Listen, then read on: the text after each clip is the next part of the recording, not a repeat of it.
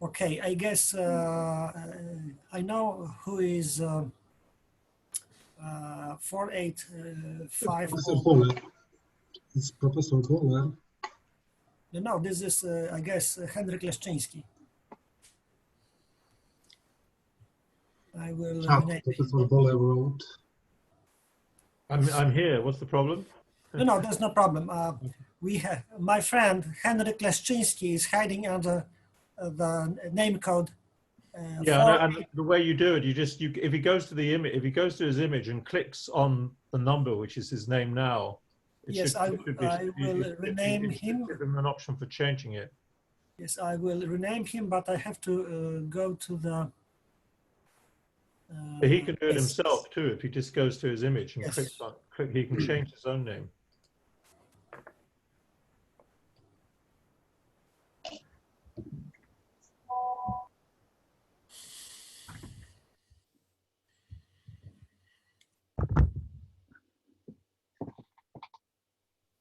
Adam, you're the boss. We may start. Okay. We can start. So I have the pleasure to introduce Professor Rico Zacher from University.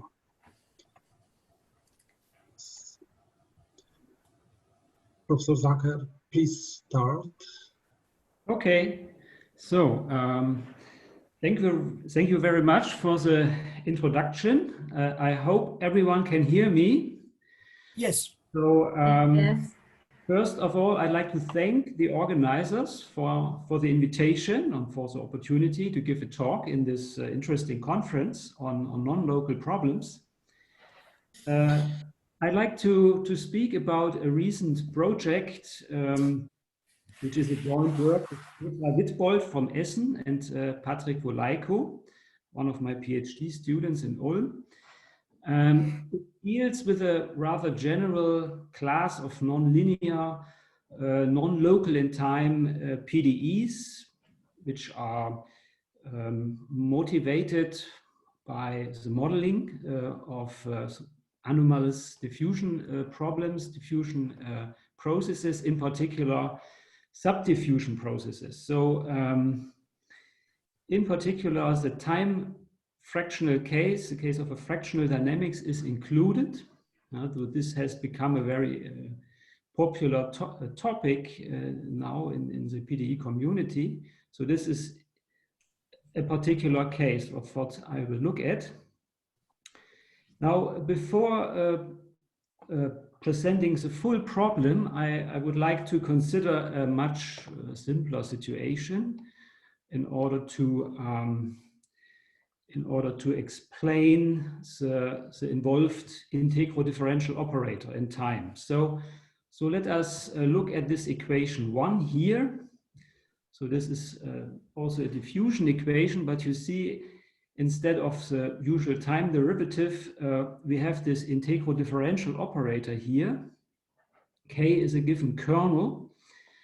And so here we first take the convolution in time with the kernel K. So this is this integral here. And then after that, we take the usual derivative. Now, U0 plays the role of the initial data. And it is readily seen that for a smooth function U, with U at 0 equal to U0, you can rewrite this expression in this form. So you can take the derivative inside, yeah, and then you get the convolution of K with the derivative of U. So this is just a rewriting of this whenever you have more regularity on U. Okay, now the basic assumption on the kernel K is the following. So K is a non-negative kernel and it is non-increasing. And we assume that, that there is another kernel called L, so that the convolution of K with L equals 1 on the positive numbers. So in this case, I say K is a kernel of type PC. So PC stands for positive and convolution. And I also use the notation K, L for such a pair. PC pair. So whenever this is true, the kernel K is singular at 0, and the kernel L is a so-called completely positive kernel. I will not explain this here, but in particular, it means that L is non-negative. So L is always a non-negative kernel in this situation. So this is the basic class of kernels I will consider in my talk. And it is a very good class of kernels in terms of mathematical properties of the equations. And it is also much motivated by physics. So let us look at some examples. So the most prominent example is classical time fractional diffusion. So here we take for the kernel K the function g1 minus alpha. So g beta is defined here. This is this so-called Riemann-Liouville kernel. So the kernel g1 minus alpha, it behaves like t to the minus alpha, right? So it's a singular kernel. Alpha lies in between 0 and 1. If you take this kernel, then this operator here, the first convolution with k and then the derivative, becomes nothing else but the so-called Riemann-Liouville fractional derivative of order alpha. Yeah? And for this guy here, where we take first the derivative and then the convolution, this is nothing else but the Caputo fractional derivative of order alpha. Yeah? So these are well-known objects. Next, one can also add a certain weight. Here is an exponential weight, e to the minus gamma. So we have such a weighted kernel, and then you can compute what L is. So this is another pair, an admissible pair. You can also switch both kernels. Okay, what is also possible is to have a sum, a finite sum of fractional derivatives. It can be also rephrased in terms of such a pair K and L, or we can take even an integral here. So here I mix the orders beta, right? So here, instead of taking 1 g beta, I take the integral, but I integrate with respect to the order. So here I integrate with respect to all orders between 0 and 1, right? This is a very interesting kernel, and it is also a PC kernel. You can compute the corresponding kernel L, which takes this form. And here, the operator is a so-called operator of distributed order, since you mix all these orders. So by the way, coming back to the fractional case, so taking the convolution with g beta means it's like fractional integration of order beta, right? And then you take a derivative. So here you get an operator really of order alpha. And in this last example, we mix the order. So this is an example of so-called ultra-slow diffusion. So what does this mean? So let me introduce an important quantity from physics, the so-called mean square displacement. This is a quantity that measures how fast particles diffuse, and this quantity can be determined in experiments. So mathematically, it takes this form. You look at the underlying process and you take the variance of this process. So this can be written as follows. You take the fundamental solution, Z, and you integrate against modulus x squared. So this defines the mean square displacement. Yeah. So if you do this for Brownian motion, you get a linear behavior. M of t behaves like constant times t. Now this is the usual diffusion, classical diffusion.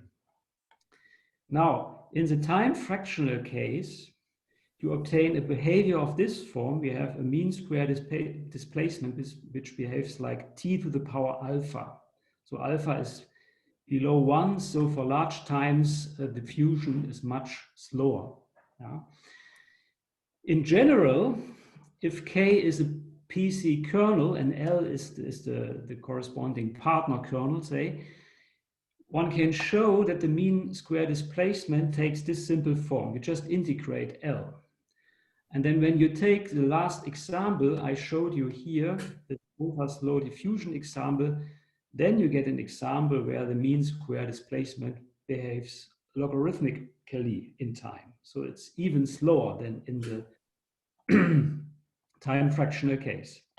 Yeah, so this kind of behavior of the mean square displacement is observed in experiments for certain systems, for example, in polymer physics, and this is why physicists are interested in this kind of equations, linear equations, to model this kind of behavior. Okay, so turning to the mathematical treatment of these problems, I first want to mention the approach via abstract Volterra equations. This is a very powerful abstract theory that generalizes semigroup theory for abstract evolution equations. So what is the idea? So we view our operator, so in our case the negative Laplacian, as an operator on some Banach space X. Let's say, for example, we take a Lebesgue space, and then considering one with some right-hand side F, we take the convolution of our PDE with the kernel L, right? So, and taking the convolution with L is nothing else but the inverse operator of this integral differential operator dt k star for functions with vanishing trace at 0. So this gives an equation of this form. Now we have u of t plus L star au, initial value, and then some contribution from the right-hand side. So I put this h of t. And this is now an equation, an abstract equation for the unknown u, which is now an x-valued function of time. And there are many results on existence, uniqueness, long time behavior, regularity of solutions of these abstract equations. A very good source is the book by Jan Pruss, but there are also many important contributions by Clément, Grimmer, Kriepenberg, Londén, and also by myself. So in particular, you have, I mean, it's a linear theory mainly, but there are also nonlinear variants. You have very good, very precise estimates. For example, you can develop an LP theory. And to illustrate this a little bit, let's look at the bifractional equation. So we have a fractional derivative in time and a fractional power of the Laplacian. Then we could take, for example, such an LQ space. And then there is some the corresponding operator A, then has a domain, which is this Bessel potential space of order beta, right? And L is the kernel G alpha, just for illustration, right? So I really would like to stress here that this is a very powerful theory, and it turns out when you look in the recent literature that you find many results which are already covered by this abstract theory, but this does not seem to be so well known in the PDE community. So this is why I would like to stress this point here. Okay, now turning to, let's say, PDE methods, which often rely on a priori estimates on testing the PDE with the solution itself or some nonlinear expression of the solution. It is important to have a kind of chain rule for this operator dt k star, right, for this integral differential operator. And here I show you really an important identity, which is quite useful. So here you have this operator, and you multiply with some expression of the form h prime of v, then you can rewrite this term as the operator applied to h of v. So this looks pretty much like a chain rule, but then you have two extra terms, right? And what is nice is that if h is a convex function, then this really awkward looking term, it has a sign whenever k is non-increasing. It is non-negative, so this allows to drop this term in many situations. There is a very nice corollary to this fundamental identity, and this is when k is non-increasing and h is convex, you have this really nice convexity inequality. So now here I included the initial data V0. Yeah, and we have this simple rule that we can estimate this term from below by the operator applied to h of v minus h of v0. And this is very useful, for example, when you want to derive energy estimates. There you use the square function, but it is also important for, let's say, the Georgi-Nash-Moser estimates in the time fractional case, and so on. So maybe one remark at this place. Of course, in parabolic problems, there's always this problem that you have to regularize in time. Yeah? And this can be done here as well. And one method is to regularize the operator by looking at the so-called Yoshida approximation. This leads to an operator of the same form, but with a smoother kernel. And then you can apply this identity in your concrete situation. This is a very important method here. Okay, so but now let's come to our problem. This is the following quasi-linear degenerate problem. So omega is a bounded domain in Rd, and we have the following PDE. So here is the same expression you have seen before. And now we have divergence of, we have some curve here and a non-linear. So here we have the gradient of phi of u. And we have homogeneous Dirichlet boundary conditions. So a special case is the time fractional porous medium equation, yeah, with alpha between 0 and 1. Which takes this form, and there's now a lot of literature on this type of problems with many contributions during the last 5 years. So, for example, Akagi, he studies time fractional, flows in Hilbert spaces driven by subdifferentials. There are results on a priori estimates for fully non-local equations.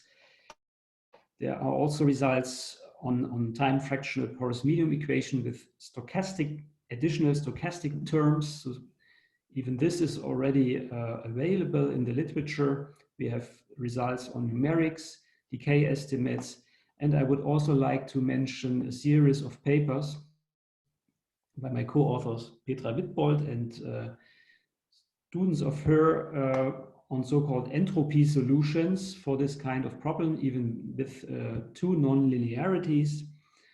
But it seems that all these contributions cannot cover this situation, in particular here with this explicit time dependence of the coefficient. So this is because many of these contributions rely on abstract theory of monotone or accretive operators, and then you get some problems when you want to apply this. So our idea was to really use basic L2 theory, basic L2 approach to tackle this problem. Now, let me describe the assumptions. So first of all, we have a PC kernel K. We assume, in addition, that the kernel L corresponding to K lies in some LP space with P bigger than 1. Also here we are on a finite time interval. So this means whenever you convolve with L, you gain some integrability. This is what is behind this assumption. So concerning A, we have bounded measurable coefficients, and A satisfies a uniform parabolicity condition. Yeah. Then for the data, U0 is in L infinity, and F belongs to such a Lebesgue space of mixed type, where Q1 and Q2 are at least 2 and sufficiently large, which is expressed by this inequality here. Right?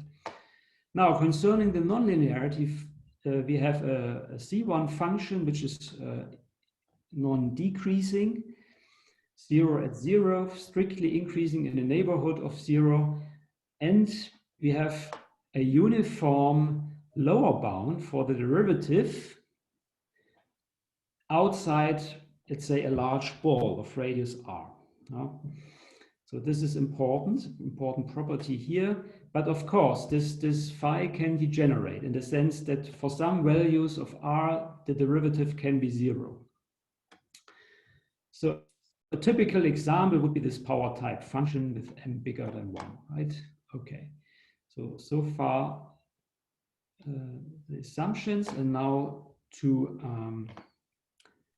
describe the weak formulation, we need some spaces. So a 0 in front of such a space of time dependent functions means that the initial value is 0. Then we use these classical Tupolev spaces. So H1 to 0, the closure of the test functions in H1. H minus 1 is the dual space. Now important is this space W phi. This is the class where this weak solution has to belong to. So here we have L2 functions, and we ask that K star V minus U0 belongs to this space here, where here we have time regularity, and here the dual space of H1. So, and further, phi of W belongs to this L2 H12 space.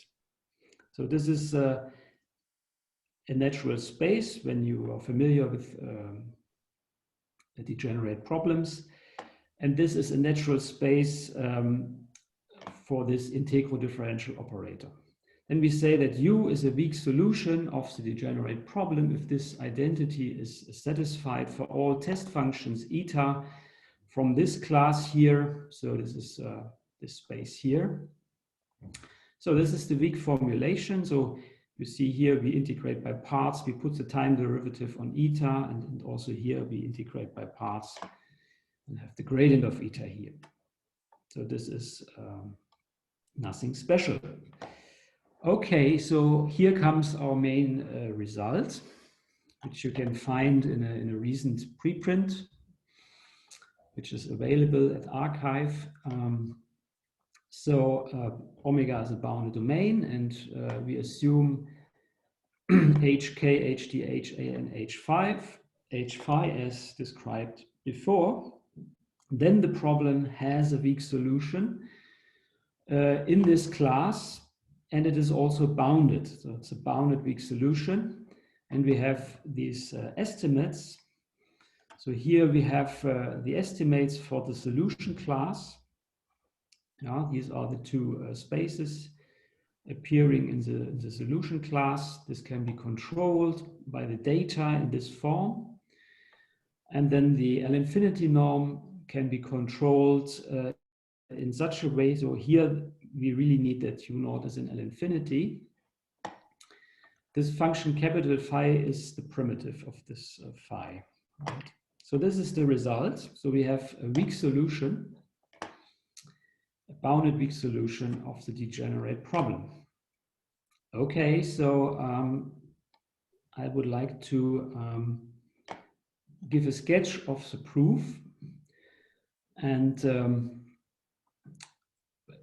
proof relies on a regularization of the PDE. This is a classical method in PDE. So we modify the nonlinearity appropriately.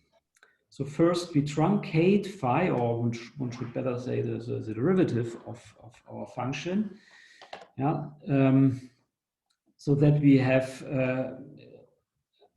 a lower and upper bound for the derivative of the modified function. Yeah, so we introduce a number capital N, and then you see outside this interval minus mm, we have an affine function, right? So with this derivative here. Now, and then we also perturb this new function phi tilde by 1 over n times r. So then this is important now to make it non-degenerate. So the derivative of this new function is always at least 1 over n, and we also have an upper bound for the derivative. This property here is inherited, right, from the assumption on phi. So we have the same property here, this uniform lower bound outside the ball of radius r. Now, this is important later on. Now, so now we have these modified functions phi and tilde, and now we solve the corresponding non-degenerate problems. So now here I have the gradient of phi and tilde of u. And this can be done by means of a fixed point argument using Schauder's theorem. So what you do is you look at the map from L2 to L2, which assigns to u the solution of this linear problem here. So you freeze the u inside here, but one should be careful. So you write this gradient of phi and tilde as phi and tilde prime of u, and then you have gradient of u, and here you freeze this factor. You take u inside here and you solve the linear problem. So you need a bit of linear theory here, but this can be found in a paper of mine in this Japanese journal in 2009. So this here you need linear estimates, and what is also needed is compactness for Schauder's fixed point theorem, and here we use a new compactness criterion of, say, Aubin-Lyons type. And this can be stated as follows. We have V and H, here several little spaces, densely and compactly embedding here. So we have the classical situation of a Gelfand triple. And now K is only a kernel of type. And then we look at this class. Now here I also allow a P, but you can think of P equals 2. And V is going to take 1, and 1. And this lemma says that whenever you have a bounded sequence in this set here, I mean you have double n bounded, then you have relative compactness in LP with values in H. Yeah? So you get strong convergence. So and this is important for the Schauder's fixed point theorem to get the compactness in L2, right? So we apply this with P equals 2 and H is the space L2. Now, it's really a nice result because it is really true for this general class of kernels, right? And so we do not have, let's say, a quantitative regularity, Sobolev regularity in time. The only thing what is important here is the structure of the operator, and that the inverse operator is nothing else but convolution with L. And this is really nice as a general result, and we use the quite well-known results by Jacques Simon on compact sets in LP taking values in some Banach space. It's a very nice paper, and we use these results here. Okay, so much for this non-degenerate problem. So we have a sequence of solutions of the non-degenerate equations. And the next step is to prove uniform estimates. And now using the de Giorgi iteration technique, you can prove a uniform L-infinity bound for these functions un. So here really it is crucial to have this assumption on L that you gain integrability when you take the convolution with L. This is important to make this technique work.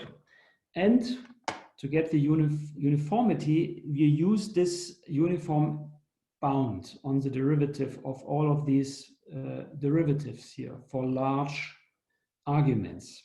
These are the two main ingredients here. And then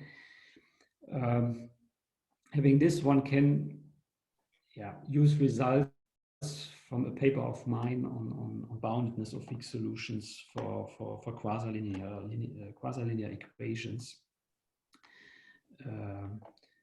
with such an integral differential operator. Now, once you have this bound, we take exactly for m this number, m tilde. So we fix this number now. And so as a consequence, these two functions coincide on this interval. So whenever we are inside this interval, then the truncation has no effect, right? This is the idea here. And now this is one uniform estimate, and the second estimate is obtained by testing the PDE for un with Vn, which is now this function. So we use here the nonlinearity. This is standard in porous medium type problems, and you end up with a uniform estimate of this form. So, and then once you have this, you get for subsequence, you get V convergence of un in L2 and also of Vn to some function V in this class. And so when you send n to infinity in the weak formulation, you get this identity here. And what remains to do then is to show that this V here, which was the limit of these functions, the weak limit, coincides with phi of u. But in order to show this, we use another variant of the new Aubin-Lyons lemma and the Minty lemma. Now, this is a classical tool in this in monotone operator theory. So this is then the last step, and this finishes the proof of our result. Now, since my time is almost up, so there is still one thing I would like to show, and this concerns uniqueness of solutions. So in general, we cannot say anything about this, but if you assume some more regularity on the solutions, namely if you assume that this K convolution U minus initial datum lies in this space here, then we get uniqueness. And this can be proven via an L1 contraction estimate, which takes this form here. So this is very nice.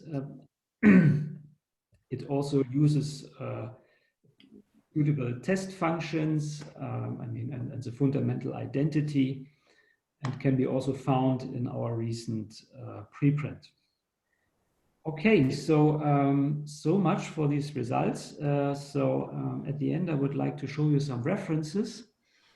The first one is this new preprint, and then I mentioned a paper where we looked at the linear case, subdiffusion case,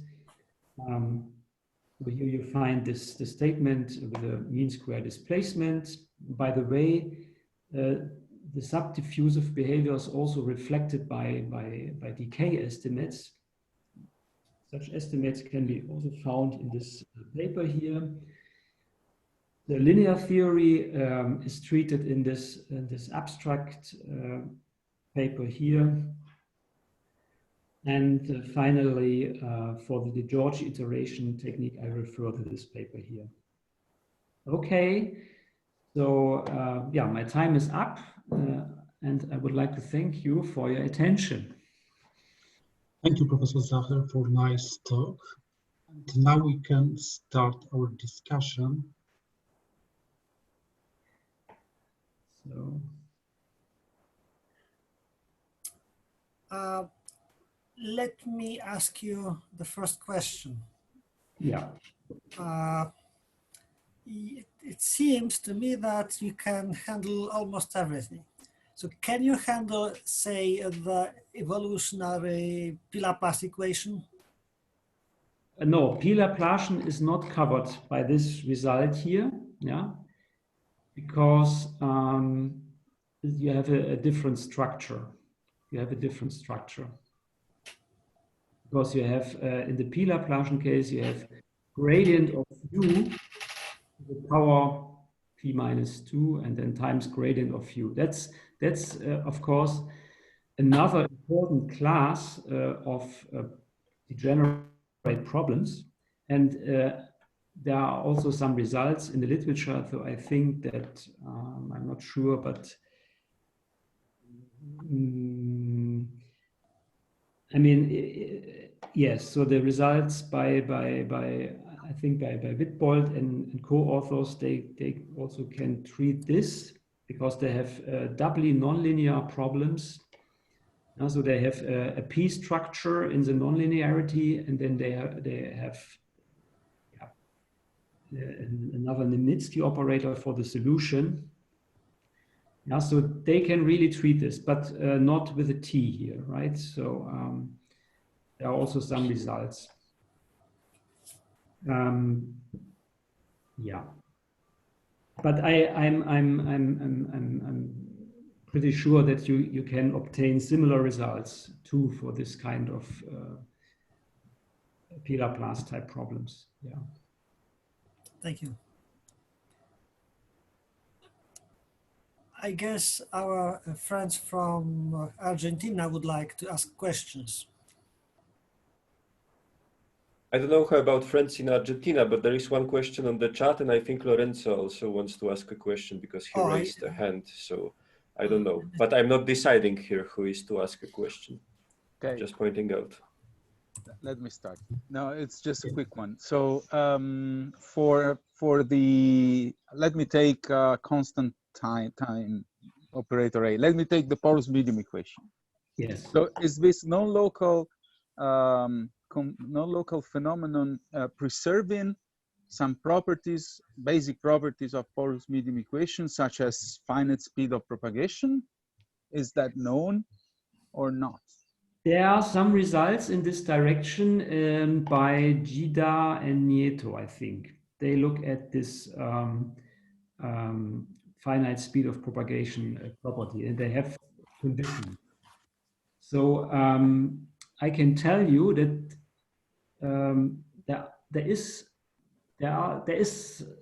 there are some differences.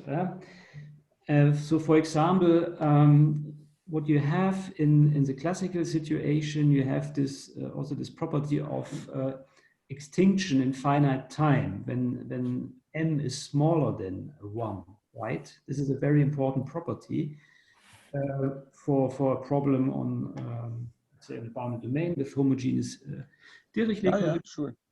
This is a very so what you can show is that this is no longer the case in the time fractional case, at least when m is so less than 1 and above some critical number. It's the typical critical number in this business. So there's some number, and so you can construct explicit solutions where you do not have extinction in finite time. Yeah. So in this sense, one could say that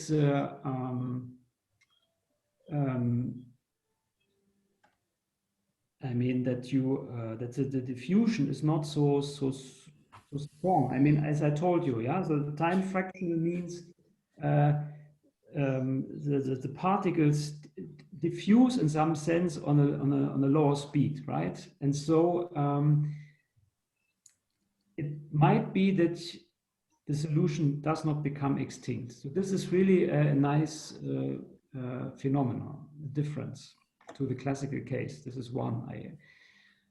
I cannot say anything about, say, fundamental solutions like Barrington. This is not known to me. This would of course, of big importance, right?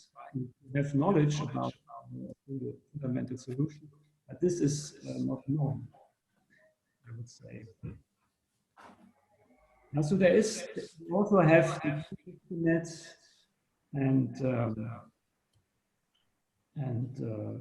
but I don't know about, let's say, results concerning, let's say, Harnack inequality. So all this is not known.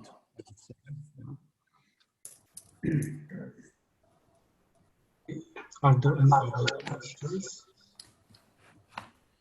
Okay, may I have a question concerning regularity, as we have this fractional time derivative. Yes. So if we are able to have some improvement of regularity in time, like for, say, Sobolev embedding for fractional spaces.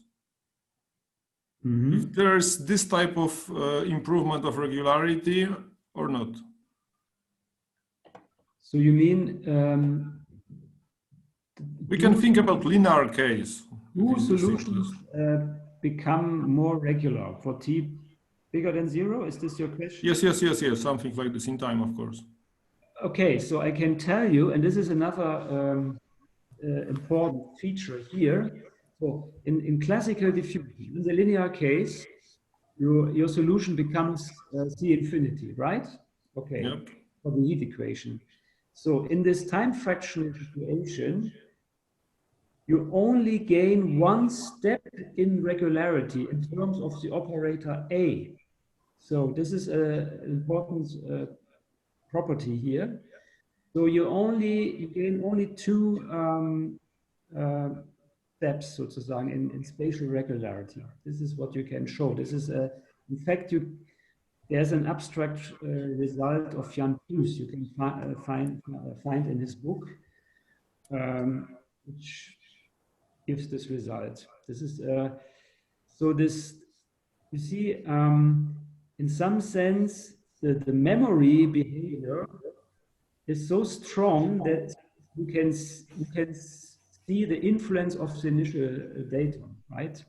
I see. So it is impossible to cut off this reference. I can tell you another nice or maybe surprising result is that the classical Harnack inequality for the linear time fractional diffusion equation fails at least if the dimension is at least 2.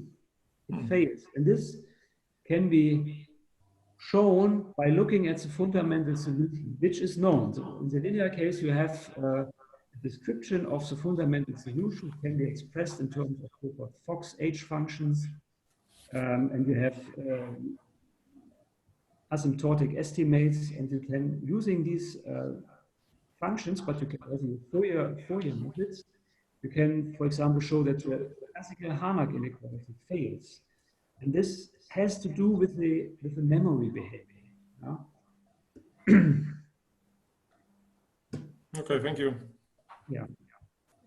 I guess Henryk Leszczyński wants to ask a question.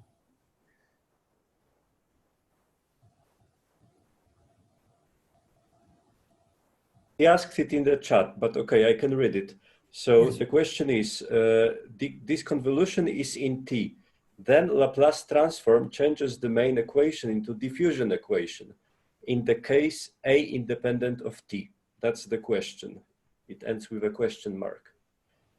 Okay, so if A does not depend on time, you would like to take the Laplace transform, right? Yes.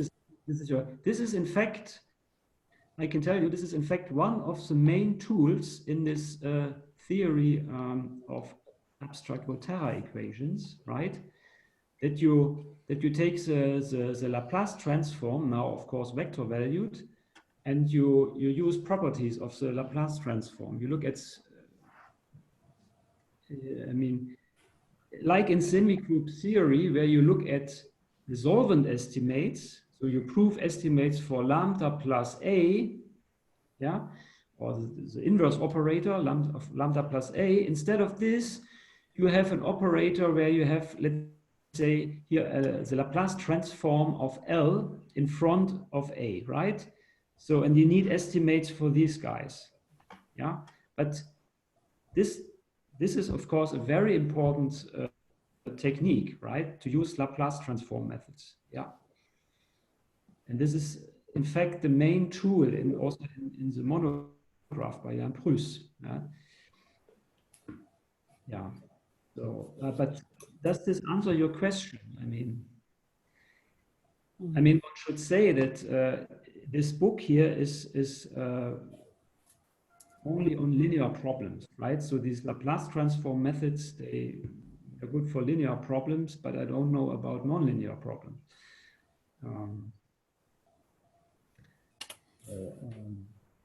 Okay, thank you.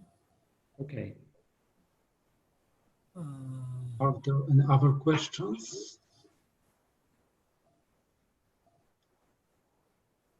Maybe I will ask, you assume that the kernel L is in LP for some p greater than 1. Yes. Do you know an example function, the kernel, which doesn't satisfy this? Ah, that's a good question.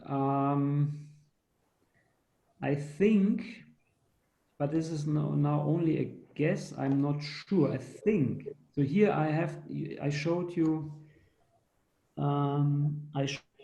this ultra slow diffusion example. So we have this pair K and L. And so as far as I remember, this kernel K, it belongs to any LP, P bigger than 1. And so my guess would be that this kernel L would be a candidate. So we can switch the two. Both pairs are admissible. But this might be, this might lead to an example here. If you take this kernel, there are certainly examples, but so maybe I should add that for our result, I mean, this LP property is, I mean, it is used for the de Giorgi iteration technique, to gain integrability. If you do not have a right-hand side F, right, then you can also derive an L infinity bound just by the maximum principle. And for the maximum principle, you do not need any additional assumption on L. So the maximum principle is still true for any PC kernel K. Yeah, this is maybe another remark. Yeah, but there are certainly some examples. I would try this one here, but I am to check. My second question is as follows. You present Abelian's type result, yeah? But it was written only for Hilbert spaces. Is it possible? Of course, you can generalize this to the Banach space. So it's true in the general case. In the general case, standard assumption. Yes. Where you have a Banach space and the Hilbert space in between. I mean, in this, yeah, it's true as well. Okay, thank you very much.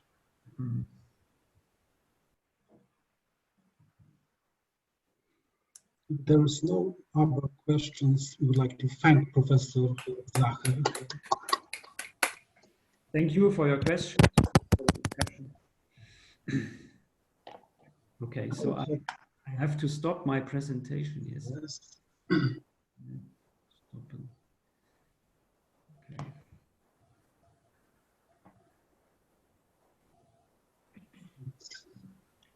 Now we may start our last lecture. Invite Katarzyna Ryszewska.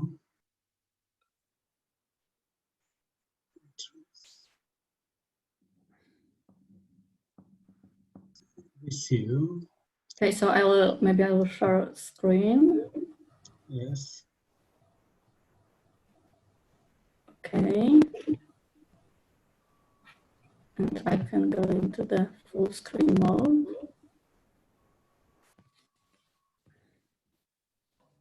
Okay, I hope you can see it. Yes. Yes. Okay, so maybe I will start. So thank you for an introduction.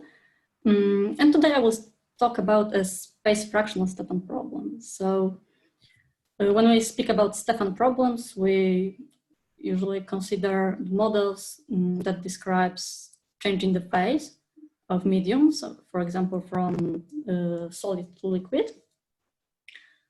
We may think about our problem as about melting of the ice. So let us begin with the formulation of the problem.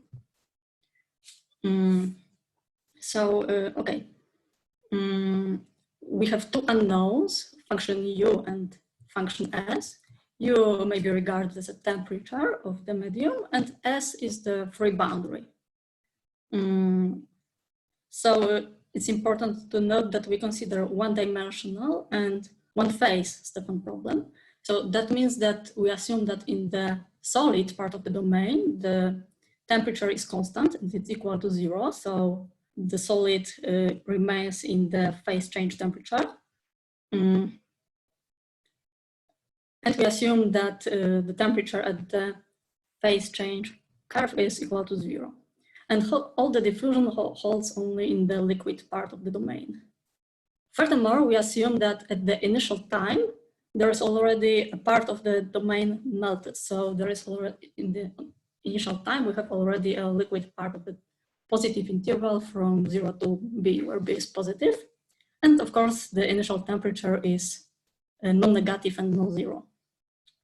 Okay, and we have also the diffusion equation and the Stefan condition, but we can see that we exchange the gradient by the Caputo derivative, the Caputo derivative with respect to space.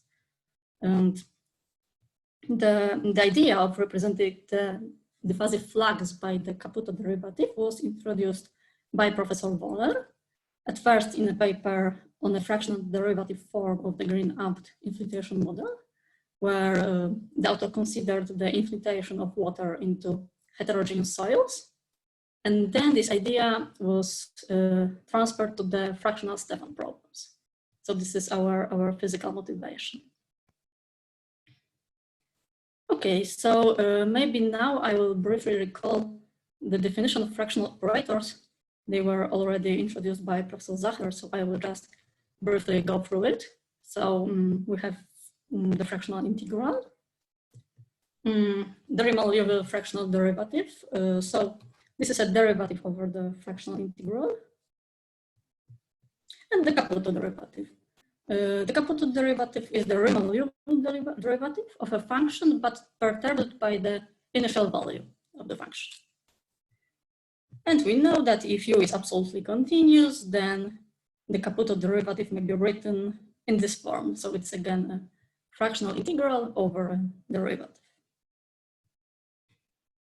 Okay, so before we will analyze the Stefan problem, which is nonlinear, it would be good to begin with the linear problem in cylindrical domain. So at first we will work with such problem. And at first we know that our operator, which is a divergence of the Caputo derivative, may be equivalently written in this form. And it's just the case of definitions. We know that we can write Caputo derivative as in this form, and then this guy is just the Riemann-Liouville derivative. Okay, I would like to apply the semigroup theory to this problem. That is why it is good to define a domain of this operator in in some Sobolev space. I will work in L2. So from this identity, we see that it would be helpful to firstly discuss the case of the domain of the Riemann-Liouville derivative in L2. So I will cite a result by Professor Gorenfoglu and Yamamoto. But firstly, we need a definition of space 0H alpha. So we see that it is a regular space H alpha in the case where alpha is small. Well, when alpha is greater than half, then we have this additional assumption concerning the vanishing of the trace at the left boundary. And in the case of the critical exponent, we have such condition. And this space 0H alpha is a complex interpolation space between L2 and 0H1, whereby 0H1 we denote a subspace of H1 consisting of functions with vanishing trace at the left boundary. Okay, so having defined this space, we may cite the result by Professor Gorenfoglu and Yamamoto that if we consider the fractional integral on L2, then its image is in this space 0H alpha. And also if we consider the Riemann-Liouville derivative on 0H alpha, then it is bounded with values in L2. And these two operators are isomorphous and there holds the following inequalities. So we see that 0H alpha may be regarded as a domain of the Riemann-Liouville derivative in L2.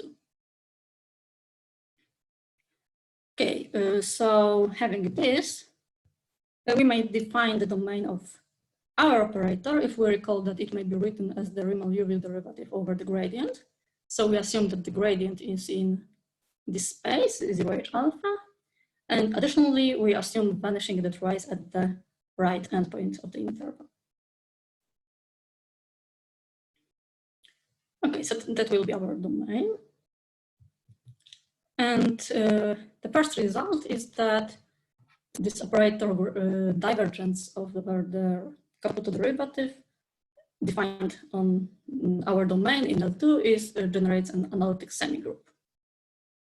Okay, so maybe I will just sketch the idea of the proof. So at first, we can show that this operator generates a C0 semigroup of contractions. And this goes by Lummer-Phillips theorem. So basically, we have to show these two things. So that this operator is dissipative and that the positive real line is contained in the resolvent set. Okay, and when we have this, then we would like to extend analytically our semigroup on a sector of complex plane. And this is done by the appropriate estimation of the numerical range. So basically, what we have to show is the following lemma, such that for U from the domain, we can estimate the real part of such inner product by some positive constant and such a norm. And also we are able to estimate the absolute value of this inner product from above by a positive constant and the same norm. And this lemma basically gives us an extension of C0 semigroup to an analytic one. Okay, so having this result, that this analytic semigroup, then we of course can solve the linear problem in cylindrical domain by standard theory of semigroups. And now we may pass to the Stefan problem, fractional Stefan problem. So I will just begin with the main result, and then I will sketch the proof. Okay, so we assume that the initial condition is in the domain, so it belongs to such space and it vanishes at the right endpoint of the interval. Furthermore, we assume that the initial data is non-negative and non-zero. And then we have additional assumption that the initial data is Lipschitz continuous, and this one is the standard assumption concerning the classical Stefan problems. We know that if alpha is greater than half, then Lipschitz continuity follows from this, but it's not the case, then we have to add this assumption. And then there exists exactly one pair US of the solution, pair of solution to the system one. We can recall the system. So there exists US that satisfies this and has the following regularity. So at first, the free boundary is Lipschitz continuous, strictly increasing, and the derivative is bounded by the constant m, which comes from here. Furthermore, the solution u, the function u, is continuous up to the boundary, and the derivatives are continuous inside the domain. Furthermore, the gradient of u is continuous up to the boundary, and in the case alpha greater than 1/2, and if it's not the case, then it's also continuous up to the boundary, but not up to the initial time. That's because the initial time, initial data in this situation the gradient is not continuous. Okay, and finally, we have the additional spatial regularity in the interior of the domain. So there exists beta greater than alpha, such that for every t, we have that u belongs to such space. So we have such additional W2 something regularity with respect to space in the interior. And this last regularity result was needed for us to prove the maximum principles in this fractional version. So we will see in the moment that we need to make some additional effort to obtain this spatial regularity in the interior of the domain. Okay, so now I will just say a few words about the idea of the proof. So we proceed as follows. At first, we will solve the parabolic problem in non-cylindrical domain, but with a given boundary. So at first, we assume that the function S is given. We assume that it has this regularity, it is in this class of regularity. And for every function S, we would like to find a solution, and then we will proceed by the fixed point theorem. Okay, so how we deal with the non-cylindrical domain? We apply the transformation to the cylindrical domain. So by such change of variables, we introduce new function v, and we obtain our new system, but now in cylindrical domain. And we would like to apply the theory of evolution operators to obtain existence and regularity to this problem. We note that here our operator is multiplied by the function that depends on t. It's Lipschitz continuous by the assumptions concerning S.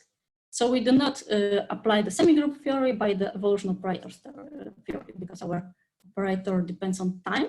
But it's since this function is Lipschitz continuous, it's not really a big problem here. Okay, so firstly we find a mild solution to this problem by some Banach fixed point theorem. Then we are able to show that the mild solution actually satisfies this equation almost everywhere, and it's not so difficult. The biggest difficulty is to obtain this additional spatial regularity in the interior of the domain, this W to something regularity. And this is done by multiplication by some cutoff functions and careful calculations, and this part is a bit tricky. So I would like to stress the fact that this W2 regularity, we really need to make some effort to obtain this type of regularity in the interior. Okay, so once we obtain the solution to this problem with the regularity that satisfies us, then we can state the maximum principles for this fractional operators. Okay, so at first, if the function is absolutely continuous and belongs to such Sobolev space, then if f attains its maximum at some point, we obtain that the Caputo derivative is non-negative. And furthermore, if f is not constant, it's strictly positive. And of course, such kind of maximum principles already appears in the literature before, I think firstly by Professor Luczka. However, here we lower the regularity assumptions concerning a function as much as I could. And we have this additional strict positivity, I think. Okay, and the similar situation holds for the operator, which is the gradient of the capital derivative. So we know that here we need this W2 regularity because f prime is in W1 something in the interior of the domain.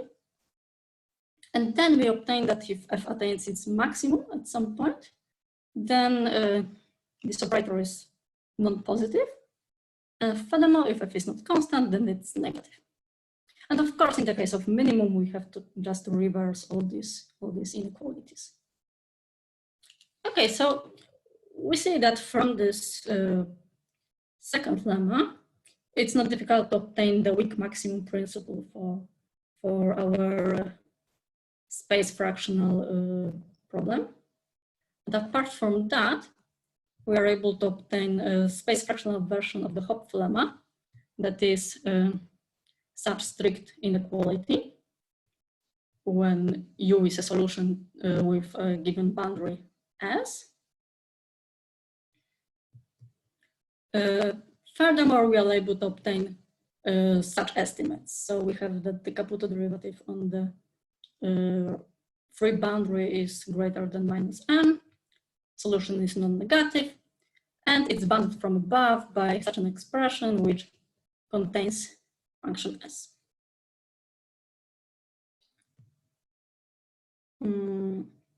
Okay, so now we basically have all we needed to proceed with the fixed point. So now we can apply the Schauder fixed point theorem. So we define the space sigma, space of Lipschitz continuous functions. And of course, for every S from sigma, we prove that there exists a solution to our diffusion equation in non-cylindrical domain with the boundary given by S. We integrate the Stefan condition because, as we recall, the Stefan condition for the fractional in space problem is that the derivative of S is equal to the capital derivative of U in the point ST. So we integrate it, and after some calculation, we arrive here. So we know that this operator P now looks exactly like in the classical case. Okay, so we have to show that P is from sigma to sigma, and that it's continuous in maximum now, because sigma is convex and compact subspace of the space of continuous functions. By the Schauder fixed point theorem, we obtain the existence of a solution of a pair U and S to our Stefan problem. And the only thing left is to show the uniqueness of this solution. And this is done by the monotone dependence upon data. So we consider two pairs of the solutions corresponding to two initial conditions.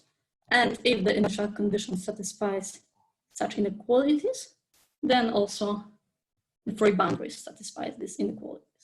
Okay, so we see that this gives us the uniqueness of our solution to the Stefan problem. Okay, so I think that's all I wanted to say. I can present a short bibliography. There are the papers I mentioned. So the first one about the characterization of the domain of the Riemann-Liouville derivative. The last two is our physical motivation by Professor Woller, and the presentation is based on these two papers. Okay, so thank you very much for your attention. Thank you, Kasia. Thank you. Now we can start the discussion. Okay. Maybe I should stop sharing the screen. Professor Why? I Vaskani. mean, it might be useful for the discussion. Okay. So I will leave the screen. Yes, please, Professor Vaskani. Okay, can you hear me? Yes. Yes.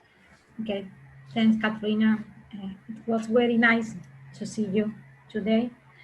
I read your publications and now I can see your face. And I have a little question about the first, at the beginning of your talk. When you consider the model, you take the fractional Stefan, the problem one. You take the fractional Stefan condition with the gradient with Caputo derivative. And for the Neumann condition, you do not take the Caputo derivative there. Why did you change the fractional gradient there? It's maybe a mathematical problem. Okay, so yes, I discussed here the zero Neumann condition because Yes. honestly, I think it's the simplest from the mathematical point of view. But here, other possibilities are also maybe also considered. For example, the non-negative Dirichlet condition, because I can also prove the equivalent of this semigroup result in the case of zero Dirichlet conditions. So it also can be covered. And also we can write here the Caputo derivative of u in zero with respect to x. And then our solution will have the singularity of the type x to the power of alpha. But Okay. it's okay because in the interior okay. it's still smooth. So such changes are possible. Okay, thank you.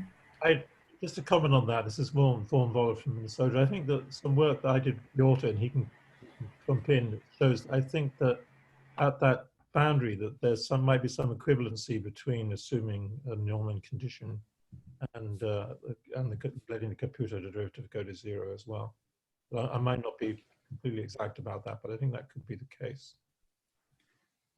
From the mathematical point of view, it's a bit different because if we have zero Neumann condition, I didn't talk about it, but if we have a Neumann condition, then the singularity at the left end point is like x to the power of alpha plus 1. In the case of the Dirichlet condition or Caputo derivative, the singularity is a bit worse because it's x to the power alpha, but it's still not so bad. May I ask a question, Kasia? Yes, please. I'm Masahiro. Yeah, nice to meet you once again. I'm enjoying very much your talk. And I have just one physical question about the system one. Yeah, that is the same point, namely a Neumann boundary condition. I think you said that Neumann boundary condition can be replaced by a fractional derivative with alpha, yes? Because from the physical viewpoint, d alpha looks represent the flux. Yes. Yeah, that's why it appears in the Stefan condition and also the equation. Therefore, naturally, also the boundary condition is more natural, not u sub x, but d alpha xu. Then my question is that also for that case, your method can work. Yes, it can work, and it's working this way that I exchange this problem with the Caputo derivative to this one. Okay. Yeah, thank you very much. Yeah, I'd like to. Yeah, thank you very much. I have also a question concerning physics. I mean, is your model thermodynamically consistent? I mean, do you have an entropy, or I mean, usually you have, thermodynamic quantities that drive your system. So is there anything like this here? A natural quantity like entropy? I'm not sure if I understand. I mean, the way I think about this model is that I consider just the balance law, and only change is that the flux is changed from this gradient to the Caputo derivative. And then this model can be derived from the energy conservation law. Okay. I mean, is your question related, this is Vaughan Voller again from Minneapolis, yes. Is your question related to the fact that so the problem set, if you remove the fractional calculus in this problem, then it's just the standard Stefan melting problem, which is a very classical problem. Is your question related to actually justifying why you can write it, what physical justification might you have for using a fractional derivative? Lyapunov function, I mean, some quantity that is minimized along the evolution. Problem. This is, I mean. My question is, are you concerned, even if alpha is equal to 1, would your question still stand? Actually, I don't know. I mean, I know. I mean, I'm quite familiar with, let's say, really sharp interface models. Two-phase problems where you have also, I mean, with Stefan condition, but also with curvature. And I know, I mean, and we were really, I mean, really interested to have a natural formulation set. I mean, and so this is why I'm asking, because it's not so clear to me, but you're right, one should first look at the case alpha equal to 1, and for this I even don't know the answer at the moment. But is there, I mean, what is the physical motivation for this fractional Stefan condition? I mean,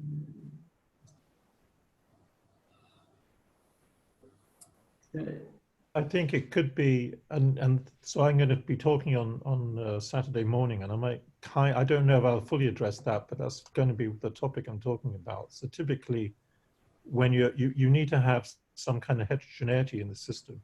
So the speaker mentioned at the beginning, when you're looking at this fractional, the green-out problem, you're looking at heterogeneity in the soil. So there's a front moving through soil, which has some power law distributed heterogeneity. And then you can make some case for why you might want to, and coming back to what you were talking about when you're looking at, when you start to look at how diffusion occurs and the kind of, the root mean square spreading is something, in those mediums you can show that they spread with this anomalous behavior, which could be super or subdiffusion, depending on the assumptions you make for the medium. And I think there might be some case to be made for fractional Stefan problems that you might say that you're having some kind of diffusion that's occurring in a media that shows some power law distributed heterogeneity. Okay, thank you. I also have a more mathematical question concerning this operator in the equation. So this d derivative of the fractional derivative. I mean, isn't it the same as saying I take Caputo fractional derivative of order alpha plus 1? This should be the same, right?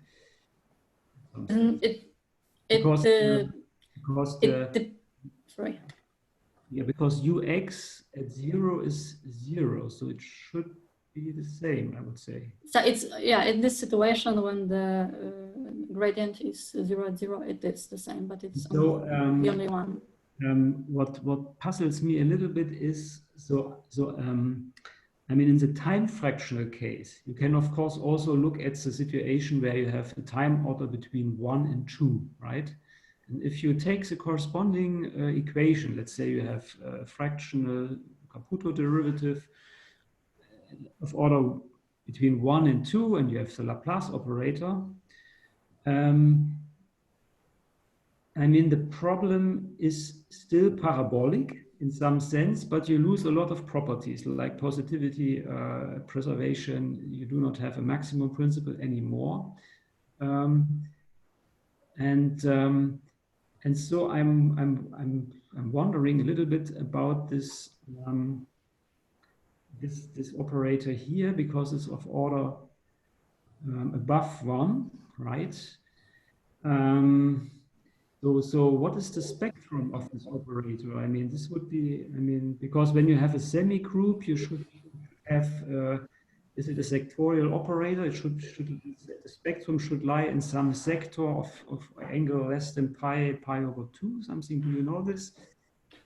Yeah, the spectrum of this operator is contained in the sector when the arguments are the absolute value of the arguments are greater than pi times alpha plus 1 over 2. Pi times alpha. Pi times alpha plus 1. Yes, over 2. Then your spectrum is I mean it's a bigger sector, right? How can you apply semi-groups? I mean, how is it possible then? So sorry, maybe I missed something.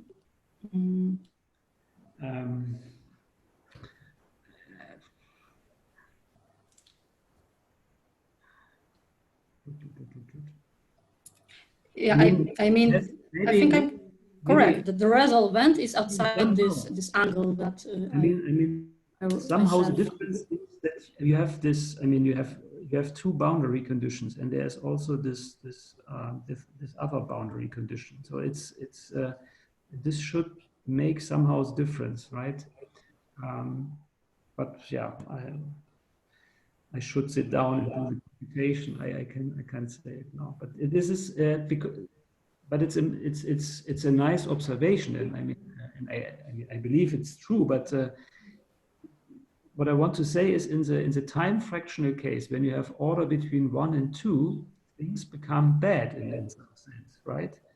So you do not have a maximum principle anymore. Yeah, and and in the case where this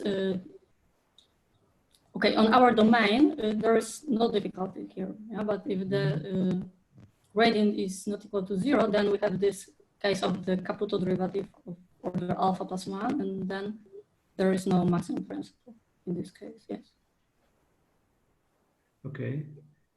Yeah. Okay. There is no maximum principle. Okay. So, but U is the temperature, right? And positivity should be preserved, of course, somehow. Yeah, should be, right? Is it? Yeah, in our case, there's we have the weak maximum principle. So there's it was, I think. I'm nearly there. Yeah. But from this non-negativity, we can obtain the weak maximum principle. I mean, another question, if I have the chance. I mean, so concerning the maximum principle, I mean, in the classical case, there's also a nice proof in the weak setting. You have the weak formulation, the weak equation, say, or a more general problem, convergence form operator, and you use test functions of the form u minus k, and then you take the positive part of this, the Stampacchia method. And so this is really nice. I mean, you don't have to know much. I mean, so it's really nice to obtain the weak maximum principle. So I wonder if this is also possible here with this higher order equation. Is there some weak, or let's say a variational formulation? But you mean to the Stefan problem? Fractional Stefan problem? Oh, I didn't try it. Or even in the for the linear equation. Yeah, would be interesting. I mean, from the linear equation, I tried the weak formulation. There are some possibilities, but there are also some difficulties. So, for example, if I would like to try Galerkin method, there is a lack of basis, yeah, because our operator is not self-adjoint. So there are some difficulties there. Yeah. Okay, thank you. Thank you.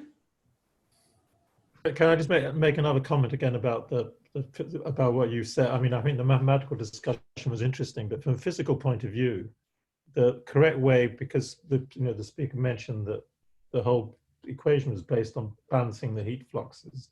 That you need to write the flux down in the way as the divergence of the Caputo derivative. And if you try and write it as in terms of alpha plus 1, it's not conservative anymore. So the physical conservation is lost if you write it in the form of d alpha plus 1 as opposed to divergence of d alpha. Okay. I mean, this is similar in the time fractional case. You get some dissipation from the fractional derivative. This is what you mean. So here you also have some. You say it's non-conservative, right? Yes, it's non-conservative. Yeah. It's not a physical. To the time fractional case where you have some also dissipation due to the memory, right? Okay.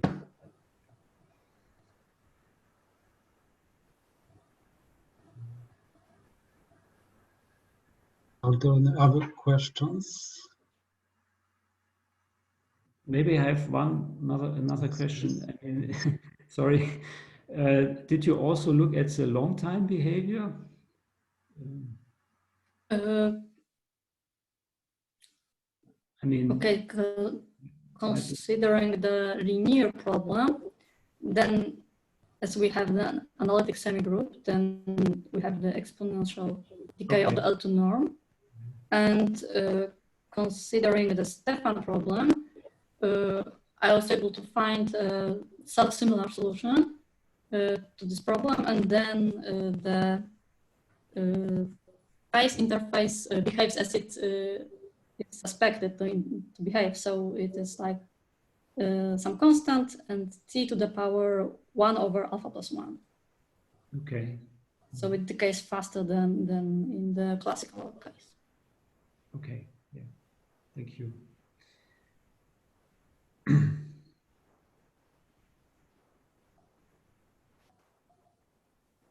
There is no other questions. We would like to thank the speaker.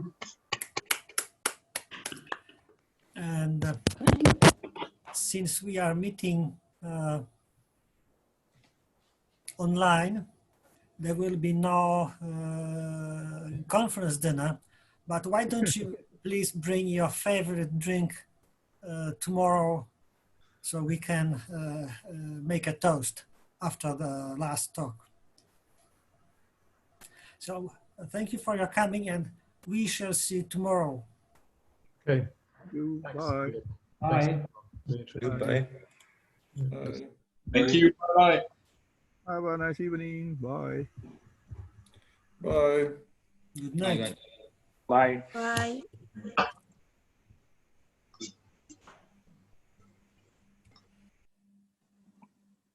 Piotr, can I Yes. make you a question?